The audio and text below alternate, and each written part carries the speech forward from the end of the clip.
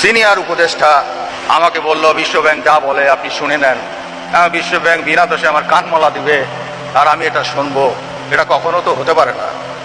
এখানে ডক্টর ইনুস আছে, এখানে 111-এর কুশলী প্লা আছে।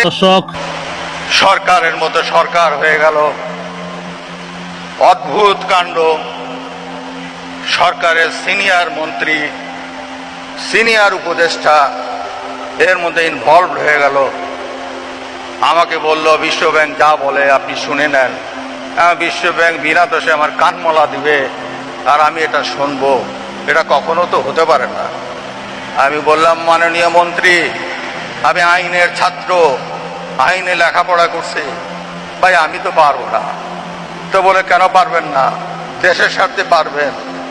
একজন ফট করে বলে উঠল, আমি আমেরিকার স্টেট ডিপার্টমেন্টে গিয়েছি, সেখানে আমি স্টেট ডিপার্টমেন্টকে ম্যানেজ করেছি। স্টেট ডিপার্টমেন্ট ওয়ার্ল্ড ব্যাংককে বলে দিয়েছে তারা এখন টাকা দিবে।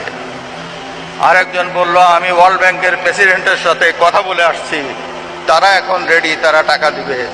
তারা এখন বলছে আমরা ভুল করছি, টাকা উইথড্র করছি, we are ready to refinance. আমি বললাম যে ওরা রেডি তো টাকা দেয় না কেন? এটা দুদক যদি করে তাহলে ওরা মেনে নিবে। দুদক কি করবে? এই এই এই এই এই এই কাজ করতে হবে। যা করতে বলে তাহলে দেশের সার্বভৌমত্ব থাকে না। বলেন, দেশ বিক্রি করে দেব? দেশের সার্বভৌমত্ব বিক্রি করে দিব?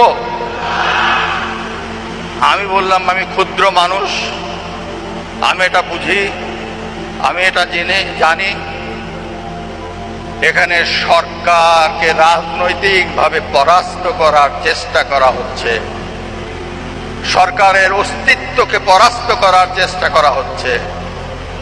এখানে ডক্টর ইনুস আছে, এখানে 111-এর কুশলী প্লা আছে, যারা 1/11-র ঘটনাগুলো ঘটিয়েছে তারা আছে পর্দার অন্তরালে। আমি ইমেল পেয়েছি, যে ইমেলে হিলারি ক্লিনটনকে ইমেল করা হয়েছে, তাকে দিয়ে তদবির করানো হয়েছে সরকারকে ইমেজ নষ্ট করার জন্য।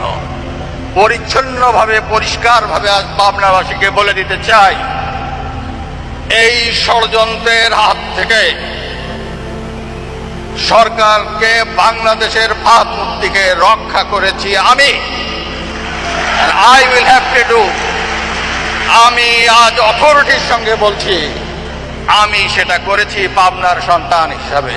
কেউ আমাকে বলে দেয় নেই, আমার বিবেক বলেছে এটা করতে হবে, এটা তুমি করো। আমি মন্ত্রীকে বলেছি আমি এটা করতে পারি না, আমি উপদেষ্টাকে বলেছি আমি এটা করতে পারি না। আমি বলেছি I am the last man to do it, I am the last man to do it. আমি করতে পারবো না, আমি তাই করেছি।